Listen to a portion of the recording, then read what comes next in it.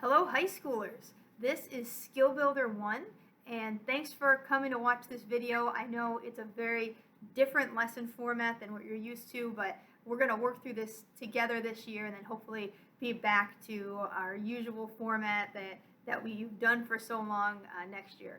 But today we're going to keep things really simple. We're going to start with a scale that I'd like you to prepare for next week. Which is the C major scale. So in class so far we've learned the D major and A major scale. We did those just because our two pieces are in the key of D and A major. My goal for everyone this year is that by June every single one of you will be able to confidently play 7 scales. And some of them will be 2 octave, some of them, depending on your instrument, might just be 1. That I would require you to know, but I would really like every single one of you to be confident with 7 scales. So after adding C major, and you already have 3 down, and we're not even a month into school, so you guys are doing great so far. The key of C major might be one that you already know, so if you do, that's awesome, but if you need a refresher, I'm going to go over that right now. The key of C major has no sharps and no flats in it, so as you're playing through this, every single note that you play should be natural. And when you're playing your scales, it's okay if you go through them slowly so you can intentionally think about your next note. Think, if you're on an E, think, what is my next note going to be? It's an F, and it's an F natural. So where do I put my fingers to make sure it's an F natural? Everyone should be able to do this in 2 octaves, with the exception of bass. If you would like to learn how to do this in 2 octaves, I'm happy to show you, but it's a little bit harder. You get pretty high in the key of C on that 2nd octave, so I'm okay if you just do the 1st octave twice. But violin, viola, cello should very easily be able to do this in 2 octave. For viola and cello, you probably remember this from middle school. This is the easiest one for you. So violas and cellos, I'm just going to talk through it really quick. So you're going to start on your C string, play your basic C major scale that you probably learned in the 4th grade. When you get to the 2nd C, when you finish the 1st octave, you're going to continue up into the D, onto the D and A strings, and the only difference is that you're going to have those F naturals and C naturals, so either close to or 2nd finger, depending on your instrument, and you're going to end on C, 2 fingers on the A string. So it's very simple, all in 1st position, no funky notes, just some F naturals and C naturals, but it should be very, very easy in a moment when I play this for you to keep up with me on this scale. Violins, it's a little bit trickier for you, but it's something that every single one of you can do. You're going to start C, 3 fingers on the G string, move on up to the D string, 1 finger E, close to F natural, 3 fingers G, open A, 1 finger B, and close to C natural, right? Every single note needs to be natural. And continuing to the 2nd octave, 3 fingers D, open E, low 1 F natural. That's the one that tends to get people. 2 fingers G, and then here's the tough part. Here's what makes it hard for violins. You have to go to 3rd position, put your 1st finger on the note A, 1 finger A, 2 fingers B, and then close 3 C natural. So that little shift, it's the E string, low 1, and then the shift that tends to get people on violin. But I'm going to play through the 2 octave C major scale, and then you will have this week to make sure you have it down before we go over this next day 1. So I'm going to play it in half notes, nice and slow. 1, 2, 3, 4.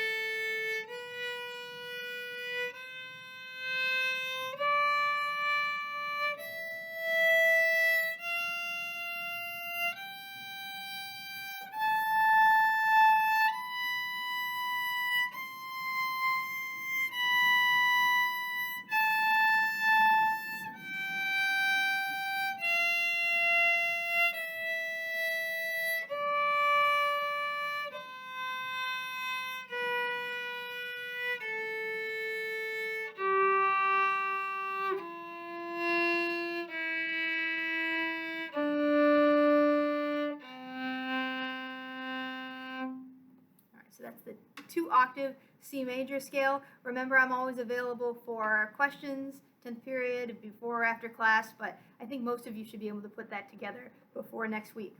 The second thing we're going to do is talk about a method for sight reading, or what you should look for the first time you see a piece of music.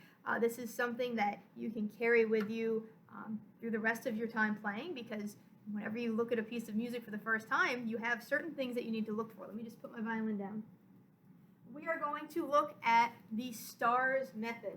Maybe you thought I had stars written on the board because you are all stars. That is true, but this is also the name of the method. Each of these letters stands for something that you are going to look for in your music. I am going to ask you to memorize this for next week. So at the very least, if you're watching this video, you should be able to leave knowing what stars stands for. Okay? And I'd also like you in your sight reading book for string orchestra, that I know we are all keeping nice and safe and not losing or shoving in our lockers, that we're going to open on up to number 4. So we're going to use the stars method with number 4. Okay? The S in stars, the first S, stands for sharps and flats. Sharps and flats. That's another way of saying the key signature. So the first thing that you should always look at when you have a new piece of music is the key signature. We all should know where that is, but just as a review, you have your clef, and then right after your clef is the key signature. Now looking at number 4, I picked this one intentionally because you might say, oh, they left the key signature out. There's nothing. Actually, this is the key of C major. That's why we did the C major scale. So there are no sharps and no flats in this key signature, but it still tells us something really important. It means every note we play has to be natural. So when you're on the D string, you're going to play F naturals. When you're on the E string violins, it's going to be a low 1 F natural. And we talked about this in class, that it's so important to look at the key signature, because one of the very basic things about playing a piece of music is, are you playing the right notes? And so the key signature is going to set you up for success, tell you which notes you should be playing throughout the piece. So key signature, I wish it said key signature, but then it would say guitars, not stars. So sharps and flats for the first one. The next thing, T, time signature.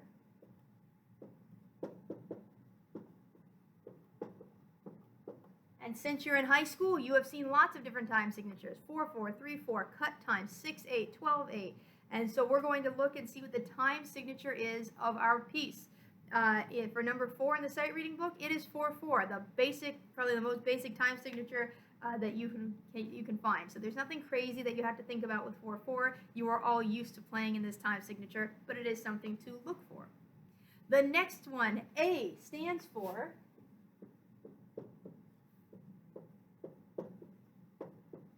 accidentals.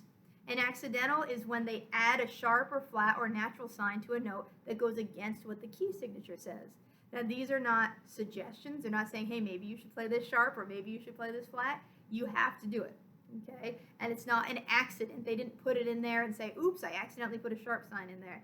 It is something that the composer wants you to play. And so it's different from the key signature, so they've marked it in the music to tell you, hey, we need you to play this note now. As I'm looking through this, there are only 2 sections of the orchestra that should see an accidental. It is the first violins in the measure 3 and the violas in measure 3. You both have an F sharp for your last note. So that's the A. Not much action going on with accidentals in here, but that's okay.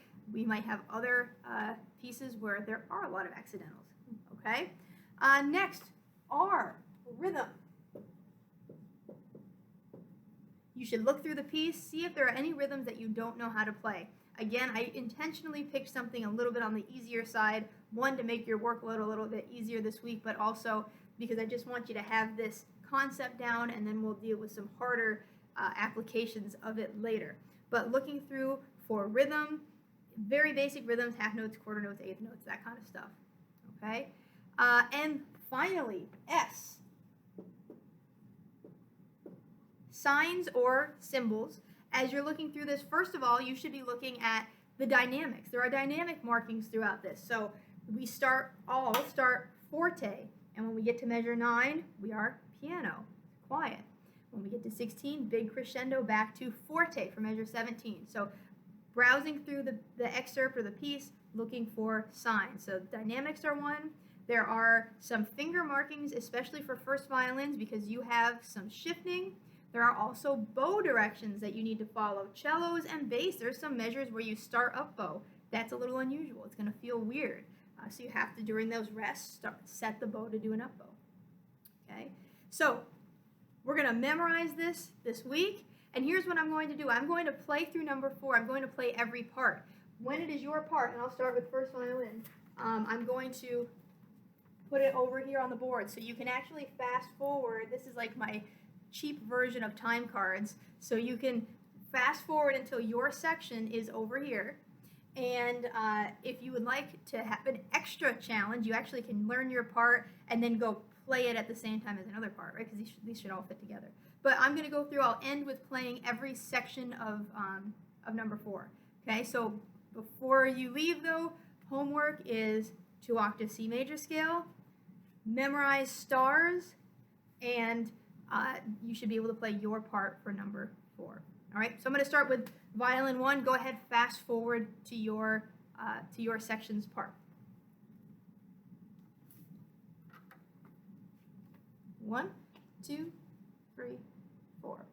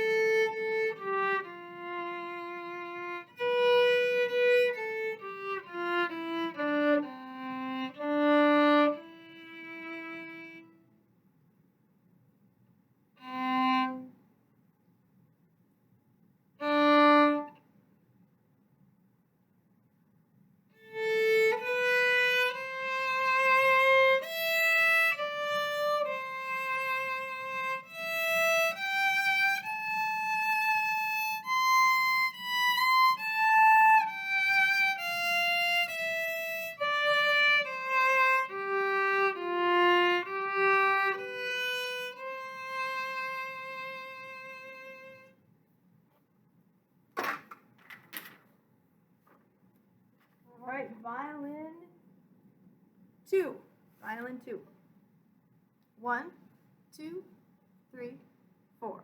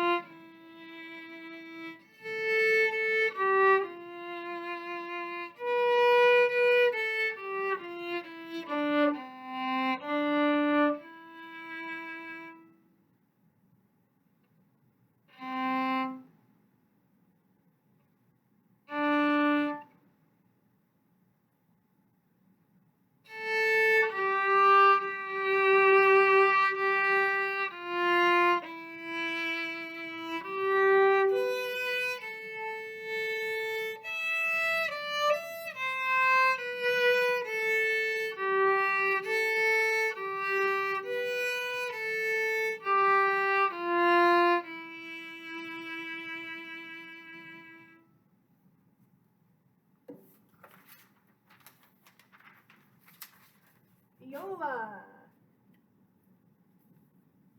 Viola, if there is C string in here, and I see a little bit of it, I am going to play those notes up an octave. So it'll sound different if you're on a viola. 1, 2, 3, 4.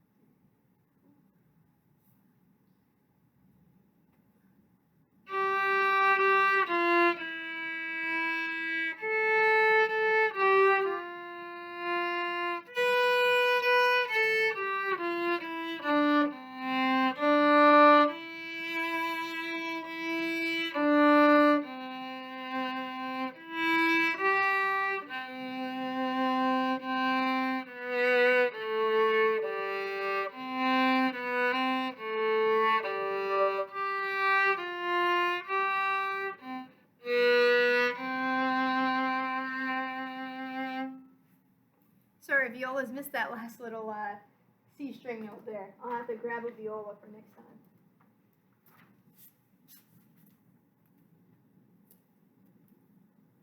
Cellos. Again, cellos, if you have C string stuff, I do see just a little bit, I will be playing that up an octave. So I obviously can't go to a C string. 1, 2, 3, 4.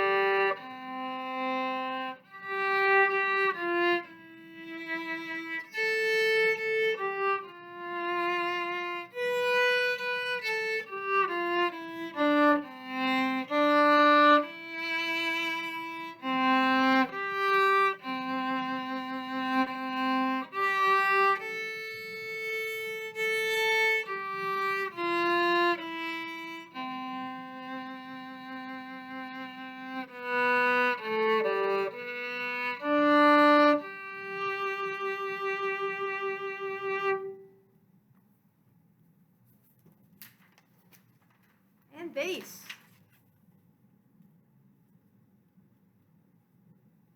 All right, 1, 2, 3, 4.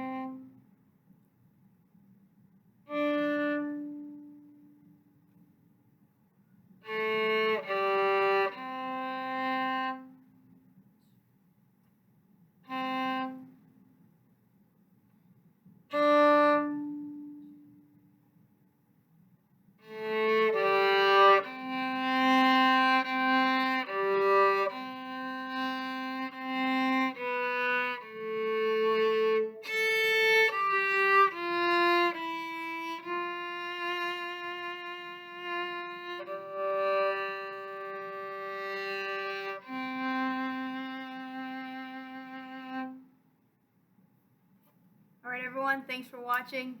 We'll see you in class.